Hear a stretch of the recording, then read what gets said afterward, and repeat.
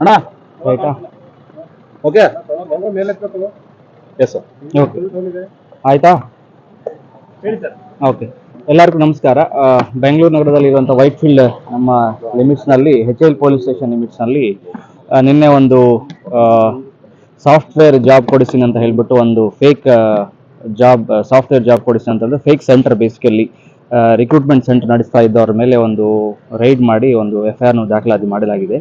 ಇದರಲ್ಲಿ ಏನಂದ್ರೆ HL police station ನಮ್ಮಲ್ಲಿ ಇರುವಂಥ ಔಟರ್ ರಿಂಗ್ ರೋಡ್ ಮೇಲೆ ನಿಯರ್ ಮಾರ್ತಹಳ್ಳಿ ಜಂಕ್ಷನ್ ಹತ್ರ ಒಂದು ಕಂಪನಿ ಕಾರ್ಪೊರೇಟ್ ಜಾಬ್ಸ್ ಬೇಕಾ ನಿಮಗೆ, ನಾವು ಅದಕ್ಕೆ ರೆಡಿ ಮಾಡಿಸ್ತೀವಿ, ಇಂಟರ್ವ್ಯೂಗೆ ಪ್ರಿಪೇರ್ ಮಾಡಿಸ್ತೀವಿ, ಮತ್ತು ಅದೇ ರೀತಿಯಲ್ಲಿ ಎಕ್ಸಾಮ್ ಕಂಡಕ್ಟ್ ಮಾಡ್ತೀವಿ ಅಂತ ಹೇಳಿ ಅವ್ರ ಕಡೆ ಒಂದು ಫೀಸ್ ಒಂದು 2,000 ಇಂದ 4,000 ಒಂದೊಂದು ಕ್ಯಾಂಡಿಡೇಟಿಂದ ಫೀಸ್ ತಗೊಂಡು ಮತ್ತು ಅವ್ರ ಕಡೆಯಿಂದ ಎಕ್ಸಾಮ್ನು ಬರೀಸು, ಮತ್ತು ಒಂದು ಅವರೇ ಕಂಪನಿ ಎಂಪ್ಲಾಯೀಸ್ ಇಂಟರ್ವ್ಯೂ ಮಾಡಿದಂಗೆ ಒಂದು ಸಿನಾರಿಯೋನ ಕ್ರಿಯೇಟ್ ಮಾಡಿ, ಅದರ ನಂತರ ನಮ್ಮ MNC ಕೆಲವು ದೊಡ್ಡ ದೊಡ್ಡ MNCಗಳಲ್ಲಿ ಜಾಬ್ ಕೊಡಿಸಿವಿ ಅಂತ ಹೇಳಿಬಿಟ್ಟು ಕ್ಯಾಂಡಿಡೇಟ್ಸ್ಗೆ ಮೋಸ ಮಾಡುವಂಥದ್ದು ಕಾರ್ಯಕ್ರಮ, ಅದು ಒಂದು ಬಿಸ್ನೆಸ್ ನಡೀತಾ ಇತ್ತು. ಅದರ ಮೇಲೆ ರೈಡ್ ಮಾಡಿದ್ದೀವಿ. ಈಗಾಗಲೇ ಅವರು ಯಾರು ಕ್ಯಾಂಡಿಡೇಟ್ಸ್ ಅಟೆಂಡ್ ಆಗಿದ್ದಾರೆ ಅವ್ರ ಕಡೆಯಿಂದ ಒಂದು ಕಂಪ್ಲೇಂಟ್ ತಗೊಂಡು FIR ಮಾಡಲಾಗಿದೆ.